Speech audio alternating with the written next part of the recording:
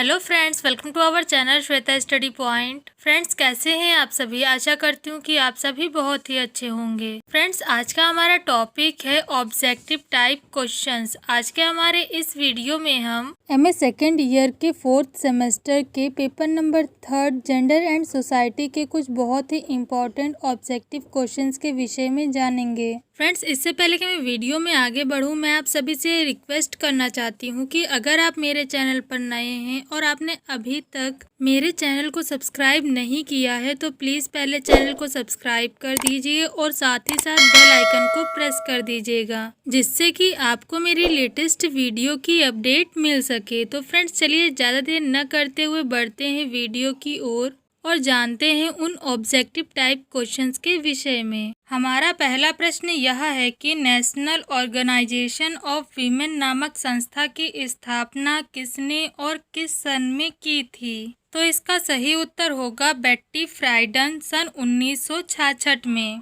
कहने का मतलब यह है कि नेशनल ऑर्गेनाइजेशन ऑफ वीमेन नामक संस्था की स्थापना बेट्टी फ्राइडन ने सन 1966 में की थी। हमारा अगला प्रश्न यह है कि सेक्सुअल पॉलिटिक्स किसकी पुस्तक है। तो इसका सही उत्तर होगा कैट मिलेट की। कहने का मतलब यह है कि सेक्सुअल पॉलिटिक्स पुस्तक कैट मिलेट ने लिखी है। हमारा अगला प्रश्न यह है कि 1813 में किस पार्लियामेंट ने ईस्ट इंडिया कंपनी को आदेश दिया कि वह सभी वर्गों में शिक्षा का प्रसार करे। तो इसका सही उत्तर होगा ब्रिटिश पार्लियामेंट ने।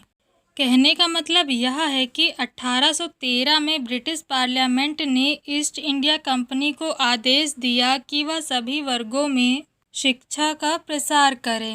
हमारा अगला प्रश्न यह है कि भारतीय समाज के प्रमुख समाज सुधारकों के नाम का उल्लेख कीजिए। तो इसका उत्तर होगा राजा राम मोहन राय, दयानंद सरस्वती, ईश्वर चंद्र विद्यासागर, कर्वे, महात्मा गांधी इत्यादि। ये सभी भारतीय समाज के प्रमुख समाज सुधारकों के नाम से जाने जाते हैं। हमारा अगला प्रश्न यह है कि भारतवर्ष में महिला सुधार आंदोलन को प्रारंभ करने का श्रेय किसको जाता है।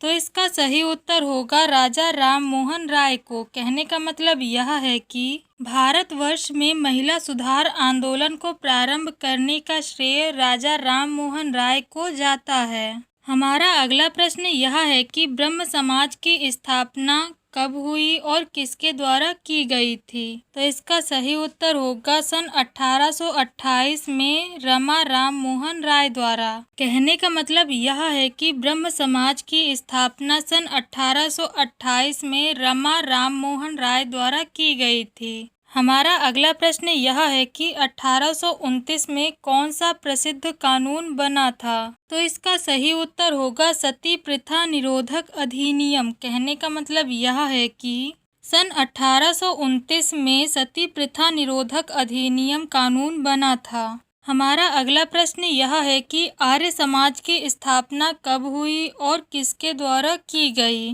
तो इसका सही उत्तर होगा महर्षि दयानंद सरस्वती द्वारा सन 1875 में। कहने का मतलब यह है कि आर्य समाज की स्थापना महर्षि दयानंद सरस्वती द्वारा सन 1875 में हुई थी। हमारा अगला प्रश्न यह है कि सन 1855 से 1858 के बीच 40 कन्या विद्यालय किस महापुरुष द्वारा खोले गए थे।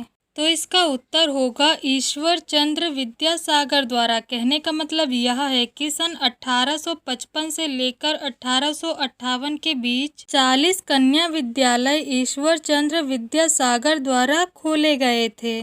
हमारा अगला प्रश्न यह है कि किस समाज सुधारक द्वारा अपने पुत्र का विवाह एक विधवा स्त्री से संपन्न कराया गया था। तो इसका सही उत्तर होगा ईश्वर चंद्र विद्यासागर द्वारा। कहने का मतलब यह है कि ईश्वर चंद्र विद्यासागर ने अपने पुत्र का विवाह एक विधवा स्त्री से संपन्न कराया था। हमारा अगला प्रश्न यह है कि भारतीय महिला राष्ट्रीय परिषद की स्थापना कब की गई थी। तो इसका सही उत्तर होगा सन 1875 में। कहने का मतलब यह है कि सन 1875 में भारतीय महिला राष्ट्रीय परिषद की स्थापना की गई थी। हमारा अगला प्रश्न यह है कि भारतीय महिला समिति की स्थापना किस सन में और कहाँ की गई थी? तो इसका सही उत्तर होगा सन 1917 में मद्रास में। कहने का मतलब यह है कि भारतीय महिला समिति की स्थापना सन 1917 में मद्रास में की गई थी।